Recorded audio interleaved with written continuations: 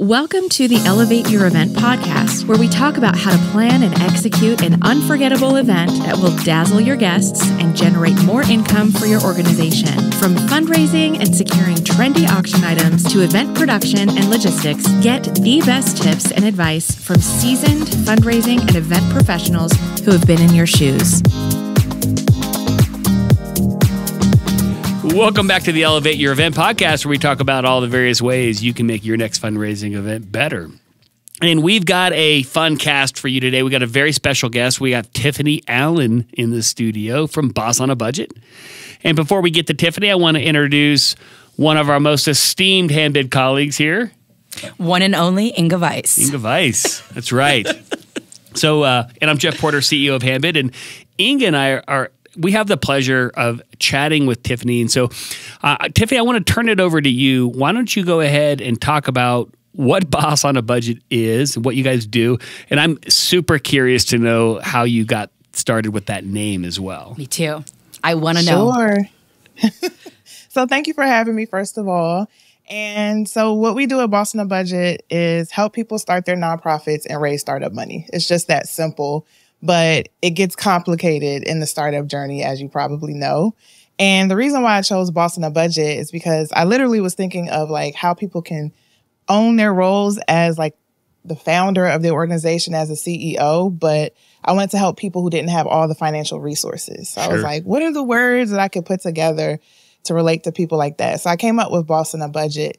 And it really has come true. I really do speak to people who don't have a lot of financial resources, but have a really powerful mission. And I help them like tap into their story so they can launch successfully. That's awesome.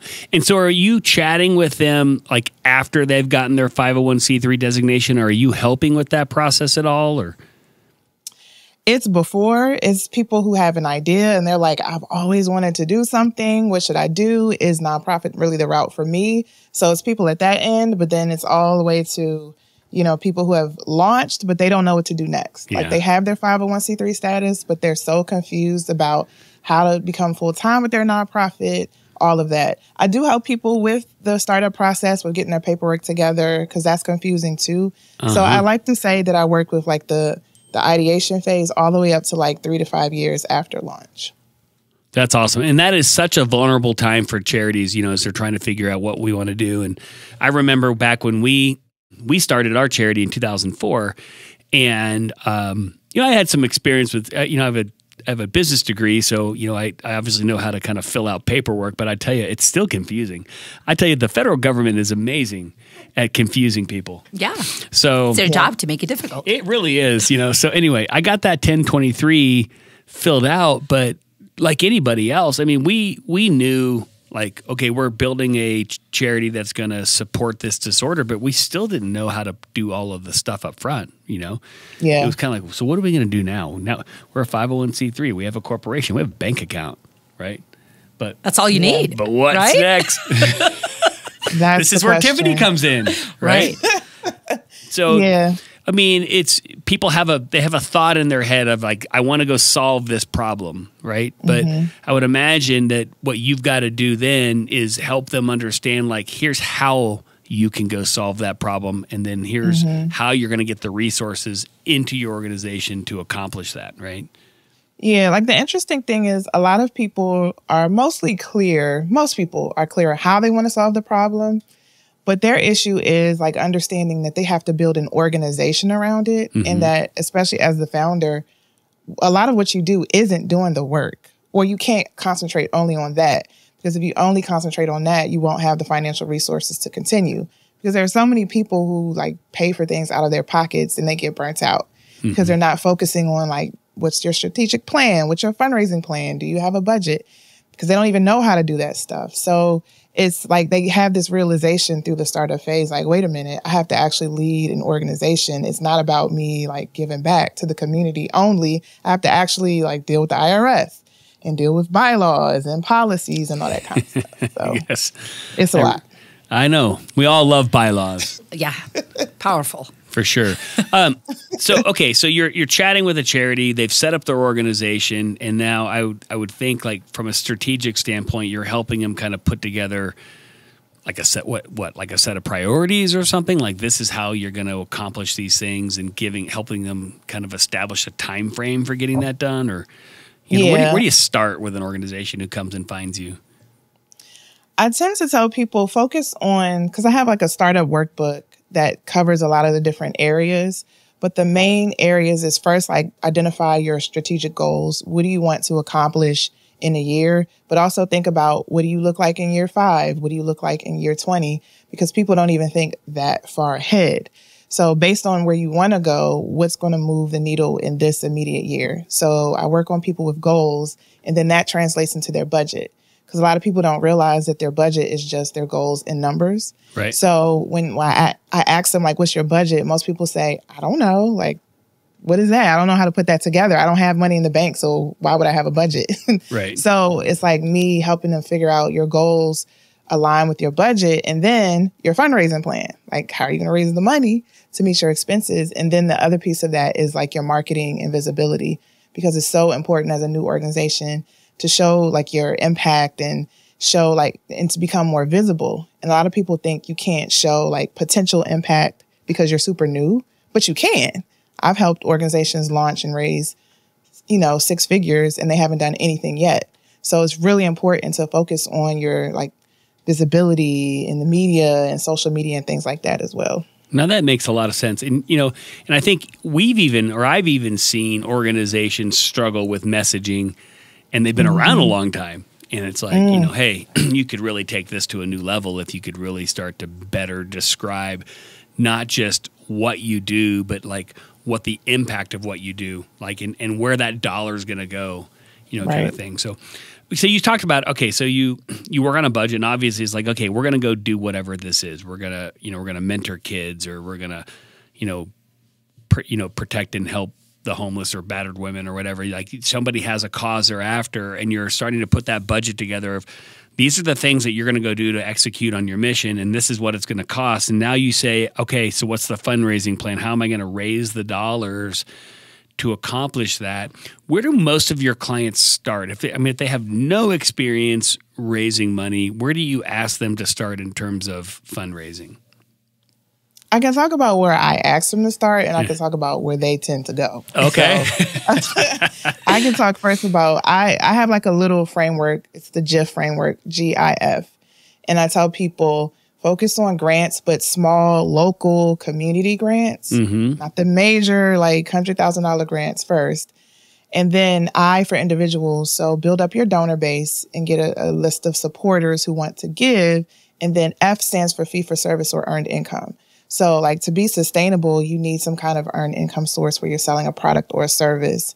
So I try to tell people to focus on those areas, but start with the G and I first. And most people that I encounter go right to the grants, government grants, or events. Events. Everybody knows how to throw a party. It's interesting you mentioned grants. And now, do you recommend that they bring in or use a skilled grant writer when they're applying for these? Then you're going to get me in trouble. No, I don't really recommend a grant writer in the beginning, because a lot of people don't have the resources to invest. And when you're a new organization, you got to get your momentum going, writing grants. And a lot of times you're going to hear no in the beginning. And so sometimes they feel scammed by grant writers, which is not always the case, because they're like, I paid all this money and I didn't win.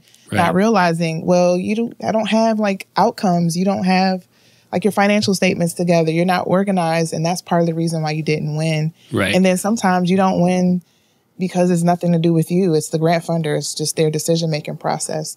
So like, investing in a grant writer so early when you're still new and figuring things out, I don't think is a wise move. So I try to empower people to write their own grants, because it is possible. Right. Yeah. So are you editing them? No. I teach them how to do it.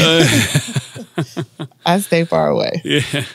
No, I hear you. And I'm sure at some point AI is going to have a bigger role in grant writing, and it's going to help some of these folks. But yeah, because we looked at that stuff too, right? And like I said, in the beginning, like for us with our charity, it's like, okay, it's Prader-Willi Syndrome Association of Colorado. Like, we're just going to help people with Prader-Willi syndrome in the Rocky Mountain region. Well, what does that look like? We started to put this together, and then it's like, well, are there any grants that would like actually like we would qualify for. And so we did a big research project and looked and found some, and I agree that it totally works.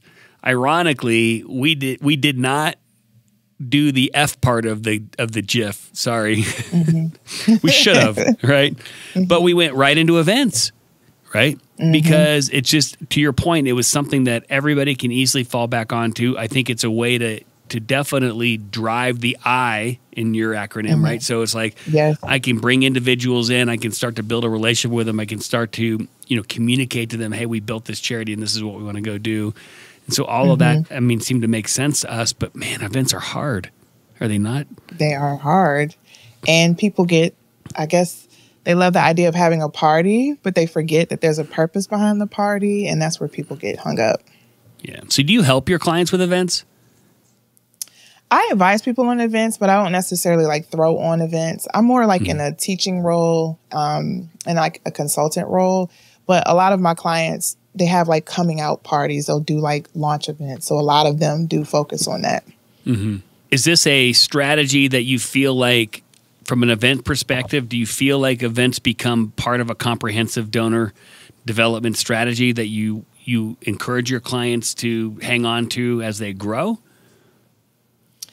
I think if used the right way, it should, right? Because there are all different types of events. And so you can have people doing events in their home, small like Friendsgiving or like friend fundraisers and things like that. And then you can have the full scale galas or, prayer breakfast or whatever people choose to do. So it can absolutely tie into the I. But the problem is most people get caught up in running the event and then they don't collect contact information. They don't foster a relationship with the people in the event. They're not really focusing on the mission. They're not focusing on why they're starting. They're just focusing on the event, like literally making sure it's successful, but there's no purpose behind it. So I do think events, they're a powerful tool, but they're often misused, especially in the beginning because people get so caught up.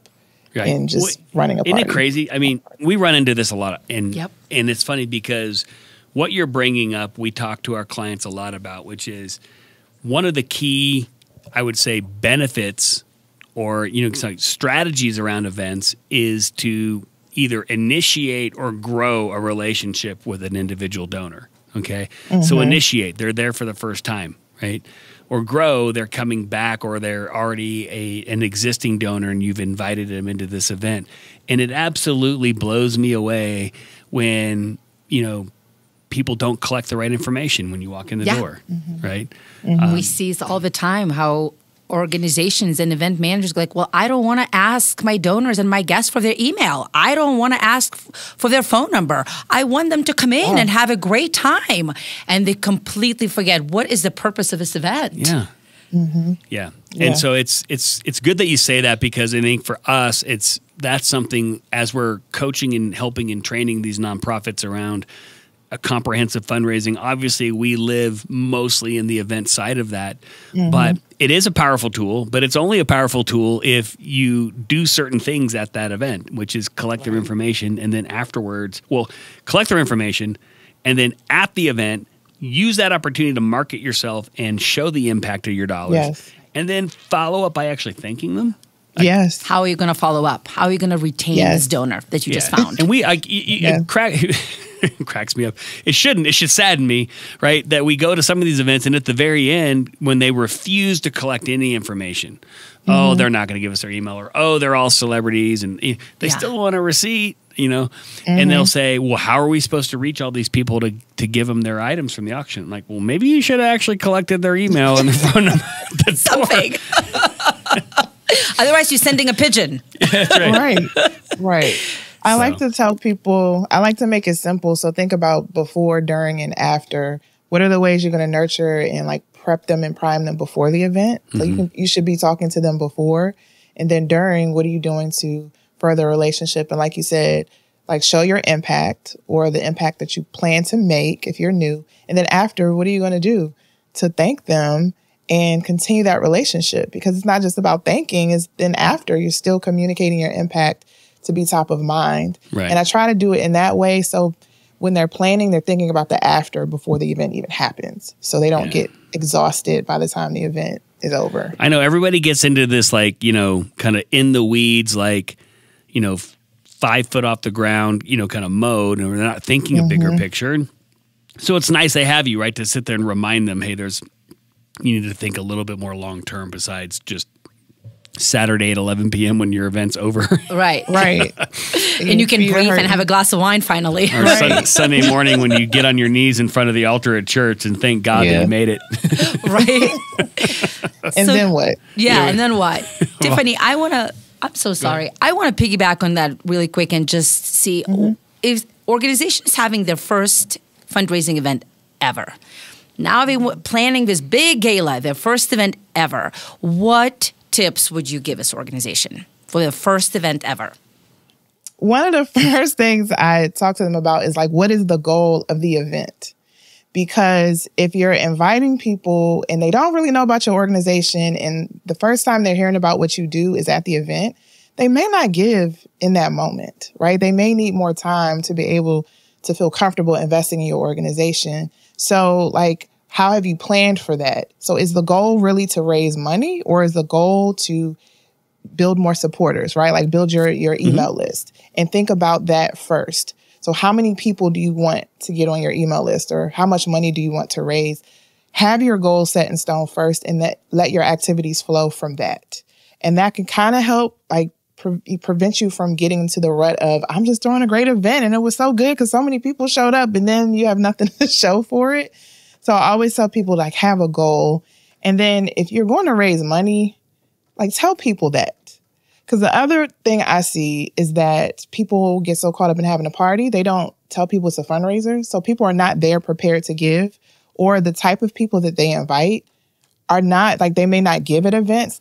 That's not culturally what they do. Like they're not used to going to auctions or used to sit down dinners or things like that where they give in the moment. And they're asking people to do something that they don't typically do. So if you know you're going to ask people, make sure they're aware that they're prepared for something like that. And I tell people, start calling folks, like use your network, have personal relationships with the people before they come into the room so that when they're there, you can continue that line all the way through. So those are a couple of things that I would suggest, at least in the planning part, to try to have a successful event. And temper your expectations, right? Some people like, all right, we're going to raise $100,000. Or, you know, some people may think they're raising a lot of money, but you're not going to raise that much of your first event in most circumstances unless you've done a lot of work. But that's okay. Like that's your first opportunity to learn people, to make relationships, and then you can further that. And then you will get to the 100K after that, but you may not do it in that event. Right. Was well, it great? I like the fact that what you're saying is like you have to be kind of out front and bold with what expectations you're setting, not just with your team and your staff or your board, but also with your donors, that this is a fundraiser, you know, and we need your help. Like we need your participation tonight or this weekend or whenever it is. And, you know, we need you to come and we need to tap into your generosity because these are the ambitious things that we have to go accomplish this year. And I've seen that work really, really well. I actually saw it work recently. And I was standing in the room and, you know, basically I think the theme of the event was called like, you know, something about go for the gold or something like that. And they're like, yeah. And they basically said, we're going for your gold. You know, I just want everybody in this room, we are going for your gold. Okay. So you get ready because here it comes, right? Don't be shocked when I ask you to raise your hand in the air because I'm gonna. Right? Take those rings off. We'll take those as well. People are kind of chuckling a little bit, but nobody was shocked, right? When they said, hey, we have a $100,000 match, you know, and we need to raise $100,000 in the next 5 minutes from everybody in this room to match this donor. That stuff it works. It really, really does. So, you know, I appreciate the fact that you're telling folks that because I think people, they tend to edit themselves down. You know, it's like, well, you know, maybe we should just put donation cards on the table. You know, maybe we shouldn't be so forward. You know, maybe we're asking too much. We already sold them a table for $1,000, and that's a lot of money. But hey, one person at that table bought the $1,000 table. The other 9 haven't spent any money yet, right? Right. So, right. Yep. That is so true. I mean, and do you have money in the room? Like, we work events with organizations that have been doing this year after year after year, and you have the same people in the room every year. So if you know you didn't have money in the room last year and you have the same people, you still don't have money in the room, then find some new donors to come to your event. So. Yeah. Well, you're an auctioneer, and so I think part of this is a conversation you have with your clients up front, right? Saying, who's coming, right? Right. Here's the other thing I think, Tiffany, it'd be interesting, like, when we have people buy tables or do the sponsorships, we like to coach them also on, like, these are the types of people you should bring, right?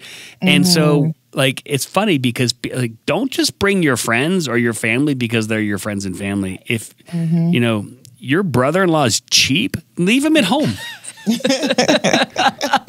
Right? Tell him to bid online. Yeah. Right. Yeah, keep him in the silent auction, right? I mean, but do you have some clients that need to understand that? Like, they need to figure out how do you get that message across to their key donors, their key supporters of, hey, I want you to buy a table and I want you to bring people that are going to be willing to support us. I need you to put those people at your table. Yeah. I think the way it translates to my audience is that you got to know your donor and you got to know, like, how they give and what motivates them to give. And for a lot of my people, they don't know their donors yet. So like, this is a way to, like, build their list. So they're figuring that out. Right. But it is important for them to go beyond just their friends and family. Like, that's an important piece of it. Absolutely. When you're raising money. Right. But then who are the other people in your local community, business owners, people who are associated with grant funders who have an interest in your mission? There's some kind of alignment there who would love to hear about what you're doing. But I think a lot of people are fearful because of the ask. They feel like they're begging, or they feel like they're doing it begrudgingly, right? Oh, it's tough right now. The economy is sinking. Why would we ask for money right now? We're begging. And they forget that people want to give. They forget that it's a joyful thing for a lot of people, and you're denying them that opportunity by doing that. So it also it involves, like, getting out of your comfort zone and being able and comfortable to extend out to other people. Man, we needed you on a podcast during COVID for sure. Yeah. You know how many people we had to give that same speech to? Yep. Yeah. You know, do not deny your donor the opportunity to give. Let them say no. Yep. Do not assume.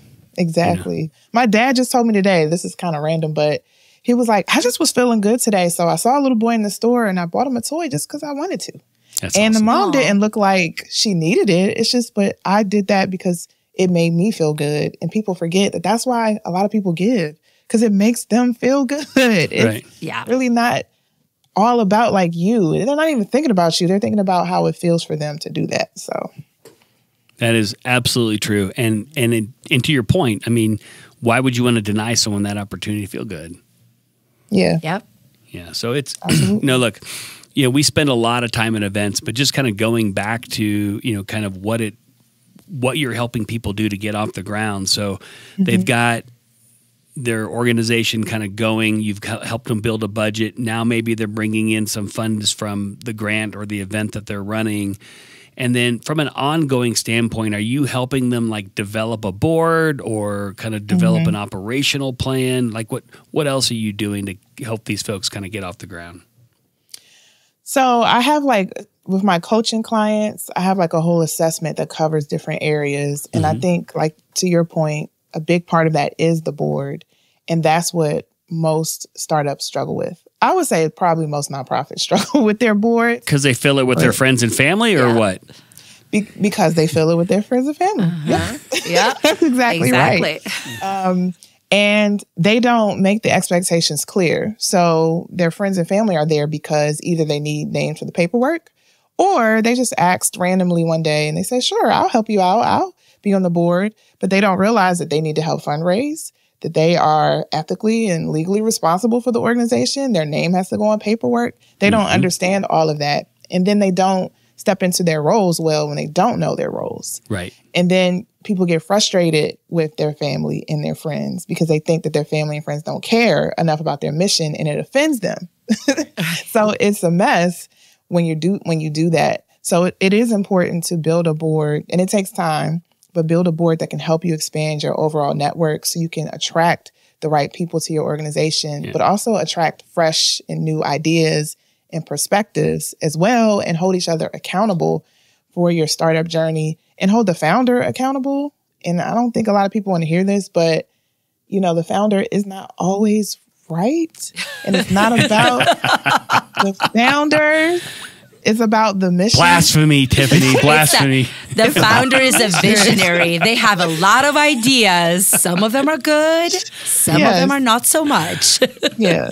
So that's important. That's really, really important for you. Yes. Like, you have to kind of understand how these organizations work. I mean, to your point, and you know, when we started PWSA of Colorado, it was filled with friends and family. Like, I mean, some other product relief parents that were on it, But honestly, for us, like, we go in and we hired you, not you specifically, but we hired someone exactly like you in Denver, and they came in and they're helping us with a little bit of an event strategy, a lot of grant consulting. But the funny thing is he said, "Man, we have got to change your board." And I was like, why? He's like, because your board's like Thanksgiving dinner. Like, I mean, get the uncle off the board. I mean, you guys are yelling at each other, like, talking about stuff, distracting yourself, talking about cousins that aren't on the board. Like, you've got to, like, we got to fix this. And we need some diversity on your board, diversity of opinion, diversity of race, diversity of gender, diversity of skill set. Yep. And he was 100% right. And look, there wasn't one founder that was like kind of throwing everything, you know, out at everybody else. But it was just, he was right. I mean, it was one of those things where you got to branch beyond kind of where you start. And I think originally, in a lot of cases, you just recruit people that do work. Right. Like, I'm like, oh yeah, I'm going to put you on the board because you're going to run my event, or you're going to get all my auction items, or, you know, whatever. But you need legal help, right? You need someone who understands how to read a balance sheet and income statement. Finances. You need somebody who's got a little bit of a sales background that can help with fundraising a little bit. So I 100% agree. And it's funny because I've been involved in a lot of nonprofit startups, like in several of them, and it's funny because at some point, that comment has been made to every single nonprofit I've been on. Yes. Oh, I know. You don't have to tell me. I know. I was a board member for 13 years, and it was funny because we're 13 years into this. And, you know, when we started, I think our organization, we ran one event, raised 50 grand. Okay. Hey, not a bad start. Not bad. And I think the next year we raised 100 grand, right? And so we're kind of on Even the better. So 13 years later, we're raising $3 or $4 million. Okay. Wow. So we're doing great. And this guy comes in, he's like, you guys need like a board succession plan. Like, we hired a consultant. And I was like, well, what do you mean? He's like, you guys gonna be on the board forever? Like, honestly, like, you need to figure out, like, at some point, like, it's going to look better to donors if you have people rotating in and off the board. He's like, so for the next 3 or 4 years, there's like 9 of us. I need 3 people to leave every year. Do I have volunteers? I was like, right here. Like, I've been on 13 years. I'm ready to get off. But so that is definitely something I think that a lot of nonprofits need to hear. So I appreciate the fact that you're telling them that. Yeah, I think a lot for the people that I work with, a lot of it is fear too. Like, this is their baby. This is their idea. And the more you bring in what they consider outsiders or people they may not trust with the mission, it scares them. So they keep it close to their chest so it can, you know, they can maintain the identity of what they want. But they don't realize that sometimes the organization needs to morph. It needs to change and evolve. And it's really okay to start with family and friends, but you got to move on at some point. Because sometimes that's all you have. And you got to start with what you have, but you have to recognize the importance of evolving. So, let's talk about another touchy subject with nonprofits besides their boards, which tends to be technology and tools. So, do you advise at all on how they need to be building a website, or donation management tools they should be using, or mobile bidding tools, perhaps?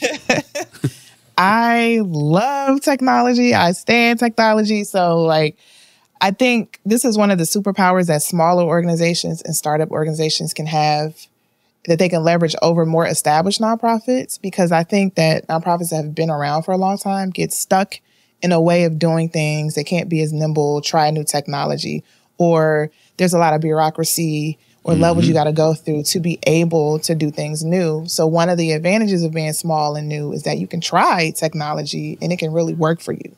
Yep. So I always tell people to use technology, like use a donation platform, use the auction bidding software that's available to you. Use it all because it'll make your life easier and it'll make it more efficient.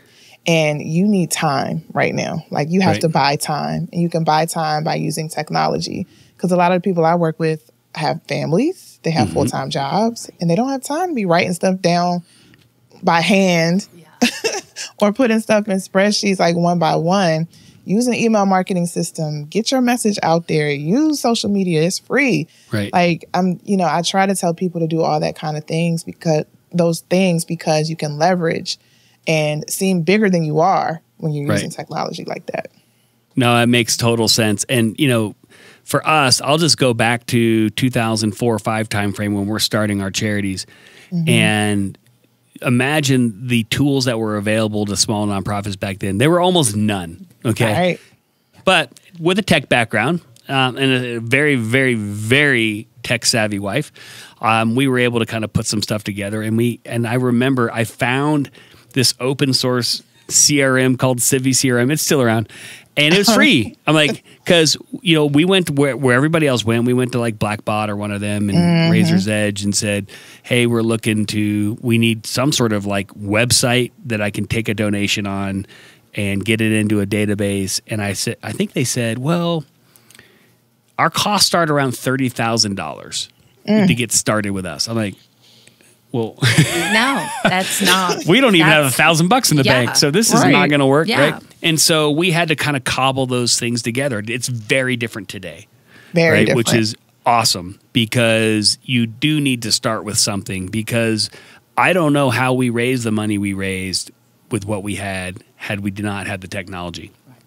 Absolutely. Right, and we didn't even do the auction stuff until 2011. So from 2005 through 2010, we were doing all that on paper, and that was brutal. But at least, we could put up a spot where people could buy a ticket or they could make a donation online because I don't honestly know how we get that money. Because for the Foundation for Prader-Willi Research, we were running events all over the country. And how do you get that money into one spot? So tools are not just a time saver. I mean, I think they also are a fundraising accelerator in a lot of ways. So, and we finally got off of Civi CRM. I'll tell you, like 2 or 3 years ago, we moved over to Bloomerang. It's been awesome. But it was like, yeah, I'm just telling you. COVID exploded that industry. Like out of nowhere, you just started seeing so many different options for nonprofits. It's so much available right now that if you're not leveraging it, you're missing out. Well, and I think also for certain elements of things that you buy, I think cost is definitely a consideration. So, look, I mean, use TechSoup, get a discount on, Microsoft Office or whatever it is that you can secure a donation on. But when it comes to the fundraising side, what we, obviously, and we play more on that space, right? It's different, right? It's not just about the cost. It's about the opportunity that those tools will give you. So to us, it's less of a conversation around what does it cost and more about what kind of money will this help me generate. It's a return on an investment conversation. But I think a lot of charities, when they are just looking at their budget, they don't see it that way all the time. They only focus on the cost. Yeah. That makes a lot of sense because when you're doing events, you have a moment to leverage. And so you want to use that opportunity as much as you can. And like you said, technology can accelerate that, your potential for making money, right? You could either lose out if you don't have that in place. That makes sense. Yeah. Like I used to say, I don't know if this is always appropriate, but I think there's I'm going to say 3 things because Inga's in the room. There are 3 things at an event that will help you raise more money that cost money, right? Do you know what they are? What 3 costs at an event do you think actually will generate more revenue? Technology. Okay. So mobile bidding software. I agree. Yeah. Okay. What else? Yeah. Professional staff. The auctioneer. Come on, Inga, you're in the room. I mean, she's an auctioneer. I am an auctioneer. Yeah. I 100% believe that qualified, trained, skilled benefit auctioneers help you raise more money. And the liquor. That's it. And the open bar. And the open bar. Look, trust me, I don't think anybody donates anymore, whether it's chicken or steak on the plate. No. Right? I don't. No. But you put out paper bid sheets, you're going to make less money. And when people come to us like, well, you know, that now the COVID's over, we're thinking about going back to paper. I'm like, you'll just make less money. Yeah. I mean, you just flat out will make less money because you're now forcing people to walk physically somewhere and write their stuff down. So I get it. People don't always agree with me, but the data has proven that that's the case. And I don't know. We can have another hour just to, the benefits of the open bar. I have not done a scientific analysis of the dry event versus the wet event. But I have. But I have. I've seen a lot of tickets come into Handbid from sobered up people on a Sunday asking if they're allowed to refund their $20,000 paddle raise. So I got to talk to your charity about that. That is true. That is true. Yeah. Yeah. That's hilarious. All the questions about the invoices on a Sunday morning.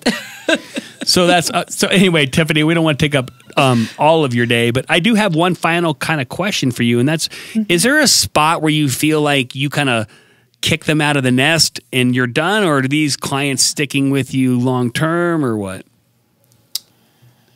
That's a good question. No one's ever asked me that before. And how do you know when they're ready to leave sometimes the nest? She probably wants to kick them out of the nest. When is a baby bird ready to fly? How do you know? You guys are ready. Go.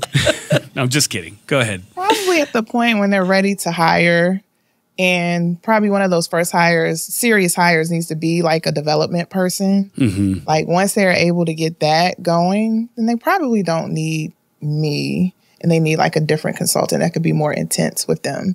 I really focus on building the foundation so you can be prepared to hire and be prepared to scale. So probably, and if I were to put it in numbers, maybe once they hit that 6-figure mark too, like I try to get them there, and then they need to, start investing in somebody too. So you really are the incubator, right? I mean, you really are. Like you're the one that's getting them from like birth to like some sort of like self-sustainable condition. And that's awesome because there's a lot to be done in that stage of a nonprofit. Yeah. There's a lot you can miss too. Yeah, sure. And there's a huge learning curve, and there's not a lot of good information. At least when I started, there wasn't a lot of good information about how to start literally from the ground up, right? And then everything around nonprofits and fundraising talked up here when I would like research it. And I'm like, well, I'm in this point and I don't know if this applies to me. And you're afraid to ask questions because you look unqualified when you ask certain questions. But the reality is most people don't know the answers to the questions, even if they already have a nonprofit. So I wanted to make a comfortable space where people could learn, and they could be free, like to learn with no judgment. No, I think that is awesome because otherwise you learn. Everybody's going to eventually learn. Sometimes you learn the easy way or the hard way. But, for us, I mean, without hiring Marty and Cher, we wouldn't have known half the stuff what we needed to be doing. We would not have known that our board was, well, we probably should have known our board was dysfunctional. But at least no one was telling us that. But, outside of that, even at PWR, when we would start to try to figure things out and how do we want to, do our accounting and everything else, we'd always be like, well, like, what does JDRF do? Let's go look at their finance. Oh, they do it that way. Let's do it that way. Like everybody's always looking for a model, right? Or advice. And so I think it's fantastic that you're providing that for these folks because, I guess you could always pick the bad model and we luckily didn't, but in a lot of cases, I mean, I think it's great to have somebody like you that comes alongside and just kind of, fills in those gaps and kind of also just steers them in the right direction. Yeah. Yeah. That's awesome. It's an honor to be in that position. It's fun too, to see people get to that level. All right. So a couple questions for you to wrap up. First of all, Boss on a Budget, is this something that's kind of limited to the DC, Baltimore area, or do you have clients beyond that region? I have clients nationwide, and people find me from all across the world. So I'm all I love over. it. How many languages do you speak, Tiffany? One. That's easy. One. That's awesome. And then if someone wants to reach out to you and get a hold of you, obviously we'll have some of this in our show notes, but how can they reach you? So you can find me on YouTube. You just put in Boss on a Budget. I actually go live every Sunday night, so you can see me there. And you can also visit me on my website, bossonabudget.com. And I am building a new community. It'll be like a different kind of like launch community for founders, whether they're for-profit or nonprofit. So I'll be sharing information about that on my YouTube channel. That's awesome. Okay. That's amazing. So you guys heard it here, Boss on a Budget. Check her out on YouTube. Tiffany, it's been a pleasure chatting with you today. Thank you so much for, I would just say for the service that you're providing so many nonprofits that so desperately need it. So you're a true hero in our space. We appreciate that. Thank you. It's my pleasure. Yeah. Okay. Well, let's wrap up this episode of Elevate Your Event. Inga, thanks for joining me. Thank you so much, Tiffany. So nice to meet you. You too. Yeah, and we wish you guys all the best in your fundraising. If you guys are with us for the first time, you can check us out on YouTube, Apple, Spotify, anywhere else you might be listening to your podcast. Leave us a 5-star review. And if you have any other questions or there's other topics that you think we should be covering on a future episode, definitely click on that subscribe button and then shoot us an email and we'll take it into account. So until then, happy fundraising.